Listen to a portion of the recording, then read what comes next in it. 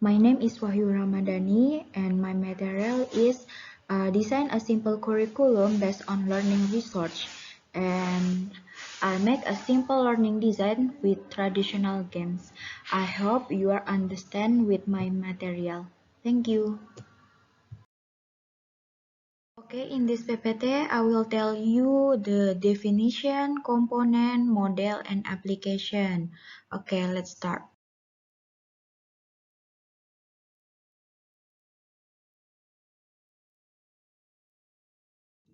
Okay, the first, what the definition of curriculum?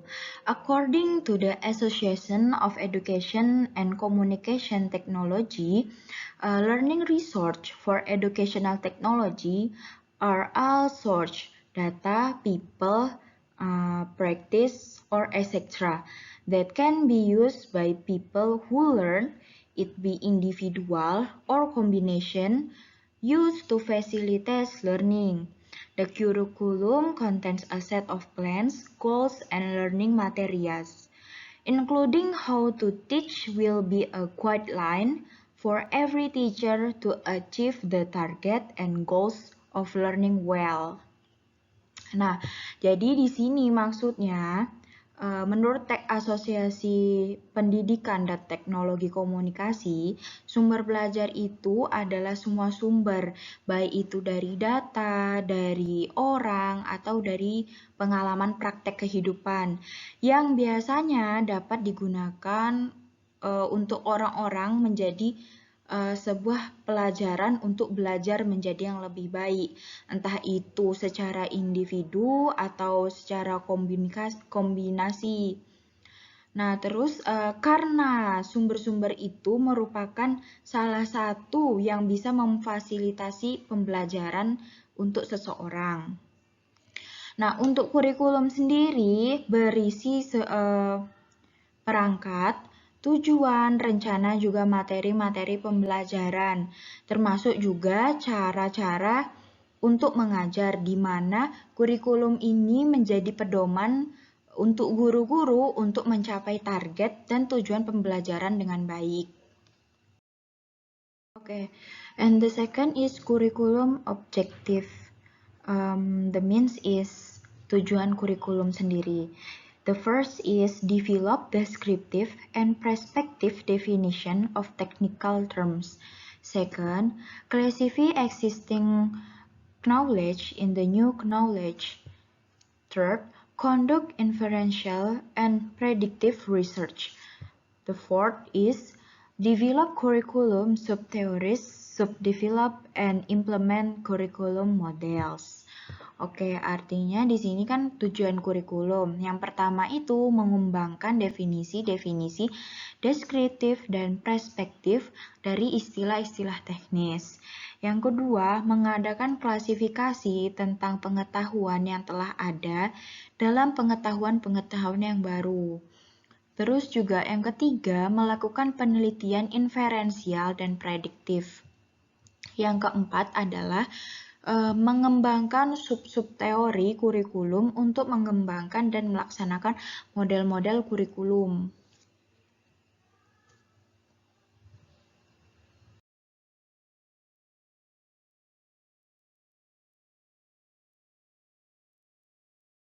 Design. Okay. Definition of simple learning design is the practice of media preparation and content of learning by explaining the content of material. In short, a simple to facilitate the transfer of knowledge effective and efficient between teacher and student. Di sini maksudnya adalah desain pembelajaran sederhana ini adalah praktik persiapan materi atau media berbentuk konten pembelajaran dengan menjelaskan isi materi sebagus mungkin dan sebaik mungkin dengan singkat dan lebih sederhana untuk mentransfer atau memfasilitasi ilmu yang diajarkan guru ke siswanya. Jadi, media yang digunakan juga efisien dan efektif. Juga ilmu yang diterima dari guru ke student itu, ke siswa itu bisa tersampaikan dengan baik.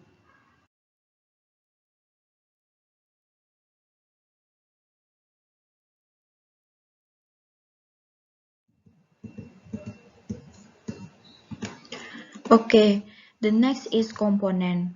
The first, student, second, aim, third, method, and fourth is evaluate.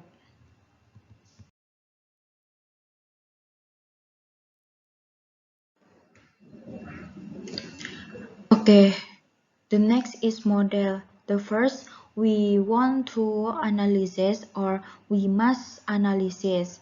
The second, we determine target the goals.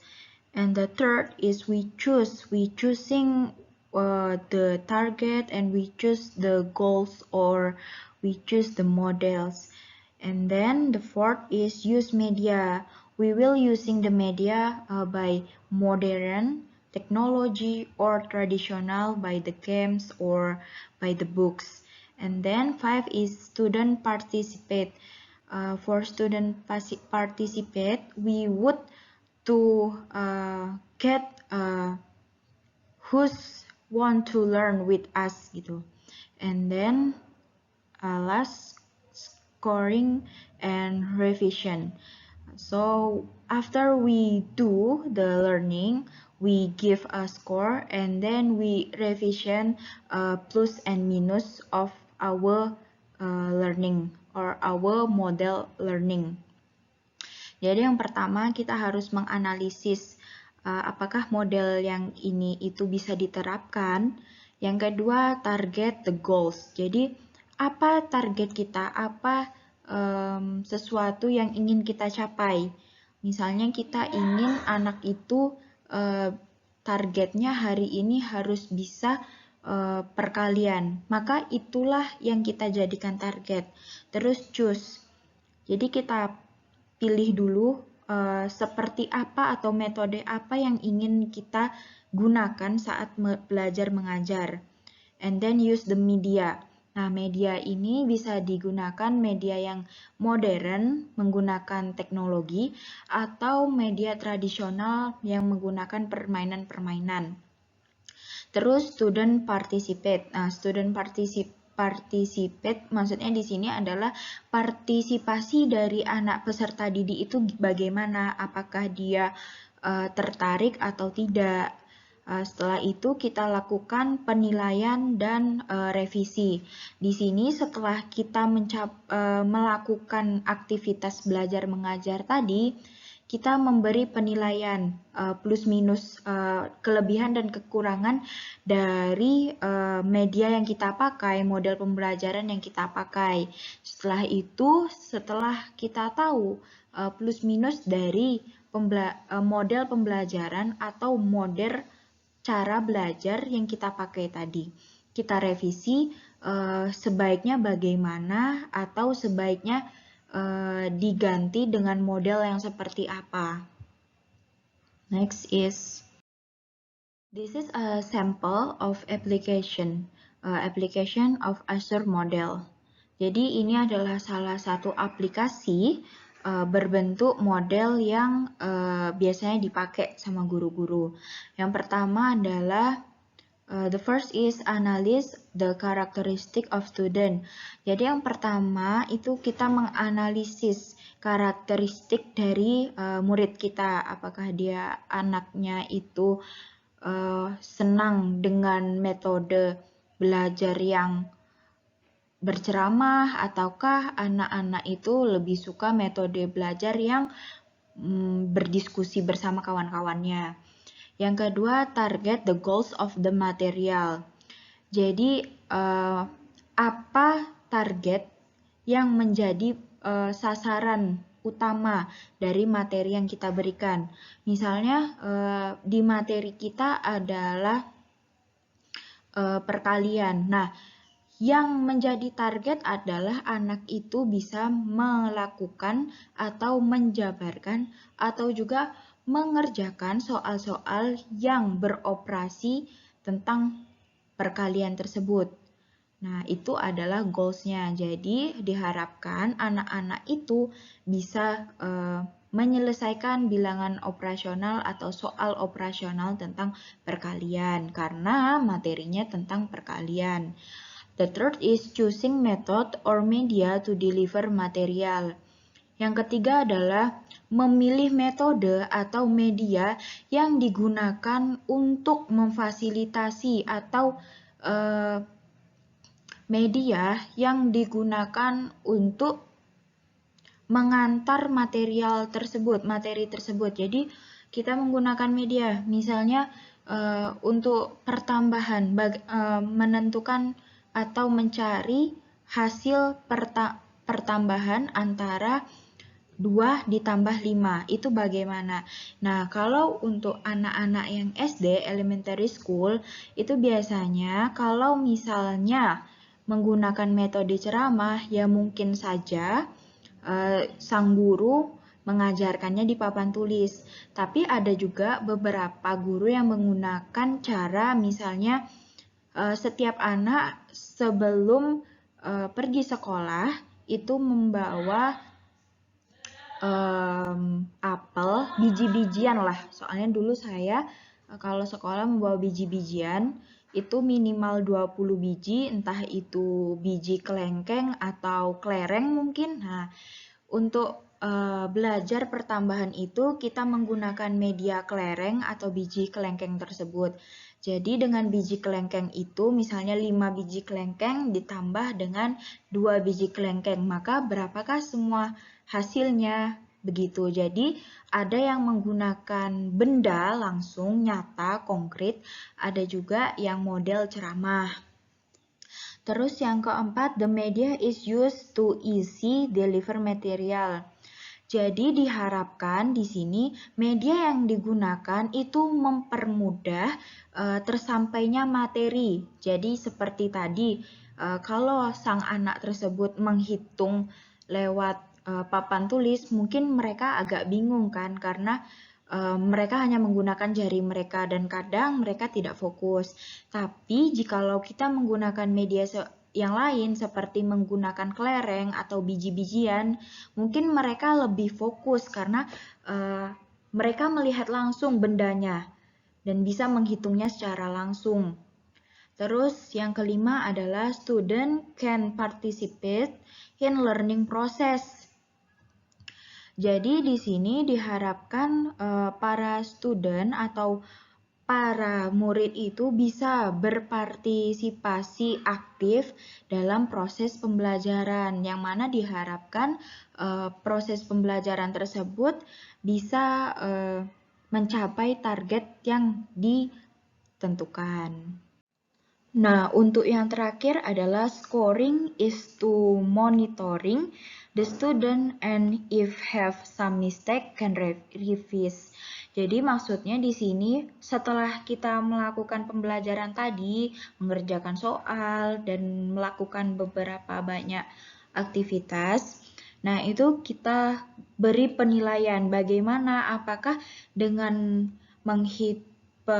menghitung dengan menggunakan kelengkeng tadi atau kelereng tadi bisa membantu mereka berpikir, atau bagaimana, apakah teknik menggunakan biji-bijian tersebut sang anak bisa paham bagaimana caranya menambah jumlah atau mengurangkan jumlah. Setelah itu apabila anak tersebut masih ada kayak salah dalam menghitung, kita bisa merevisi lagi bagaimana cara kita untuk memberikan pembelajaran kepadanya dengan cara yang lebih baik lagi, supaya sang anak paham bahwa operasi ini seperti ini dan untuk operasi ini seperti itu gitu. Nah, di sini saya memakai model pembelajaran berdasarkan permainan tradisional atau traditional games. The first is the game of besimbang. Second is the game of congkak. The third is game of galah. The fourth is the game of setatak. And the last is the game of guli. There is a traditional game in my hometown. The first is besimbang. Nah, the first is permainan besimbang. This idea can be used for learning mathematics is a concept of circle. Jadi di dalam game besimbang ini terdapat konsep lingkaran. Jadi di mana game ini bisa dipakai sebagai media untuk mengajari pelajaran matematika. Di mana besimbang ini biasanya guru-guru itu mengajak siswa-siswanya untuk belajar di luar, di outdoor, dengan cara mungkin sang guru akan memberikan perintah membuat lingkaran besar. Setelah itu sang guru akan bertanya berapa jumlah orang yang kita butuhkan untuk membuat lingkaran besar, lalu berapa jumlah orang yang kita butuhkan untuk membuat lingkaran kecil, dan di manakah sumbu lingkaran ini, berapakah diameternya, berapakah radiusnya, jari-jarinya. Itu sang guru akan belajar menggunakan media ini. Terus ada game of Galah. The games of Galah mathematical concept are found in the concept of geometry. Jadi di dalam game Galah ini sebenarnya ada pembelajaran matematikanya, terutama konsep geometri gitu.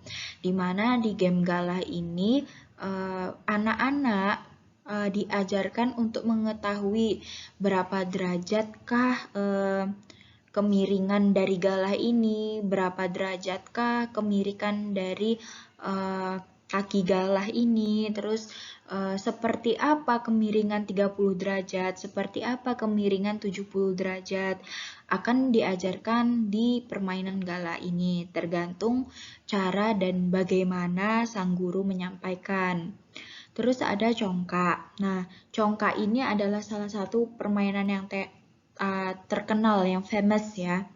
In general can be used in learning the basic operation of mathematics found in low grade elementary school, di mana pada umumnya permainan congkak ini biasanya dipakai untuk mengajari anak-anak tentang operasi dasar, meliputi cara menambah, cara mengurangi, terus perkalian, juga pembagian.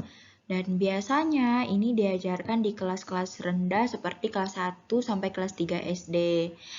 Dan biasanya kan guru itu memberikan pelajarannya lewat biji-bijian dari permainan congkak ini. Jadi dari permainan congkak itu anak-anak akan belajar berhitung. Biasanya biji yang digunakan juga berbeda-beda tergantung yang tersedia. Misalnya bisa dari biji kacang merah atau biji kacang tanah. Biasanya dari biji-biji tersebut mereka belajar tentang operasi dasar. Terus ada game guli ya. Nah, biasanya game guli ini digunakan untuk memperkenalkan konsep dari lingkaran. Nah, konsep dari lingkaran ini kan ada banyak ya, ada sumbu, ada terus jaring, ada juring, dan beberapa lainnya. Jadi kalau untuk guli biasanya sang guru itu mengajarinya bermain di luar, membuat sumbu, membuat diagonal, membuat diameter, membuat beberapa bidang lainnya, tapi masih berkaitan dengan lingkaran dan sumbunya. Terus ada game of statak. Jadi statak ini digunakan untuk menganalisis pemikiran matematika. Jadi di dalam game statak ini ada dua kategori, ada aritmatika dan ada geometri. Kalau misalnya aritmatika itu cuman ditemukan atau bisa diajarin dengan game statak Lancer, hanya statak Lancer. Karena apa? Karena cuman game statak Lancer lah yang menggunakan kayak garis-garis, dan dimana garis-garis itulah yang akan dibuat menjadi pembelajaran aritmatika. Tapi kalau untuk statak lainnya, itu bisa juga mengajarkan geometri, bagaimana caranya membuat sudut 30 derajat, bagaimana membuat sudut 70 derajat, bagaimana sudut tumpul, dan sudut-sudut lainnya. I think it's enough for me. Thank you for listening and your participate. And of course, I wanna say sorry because my PPT is not perfect. And I hope you can understand my material. Thank you.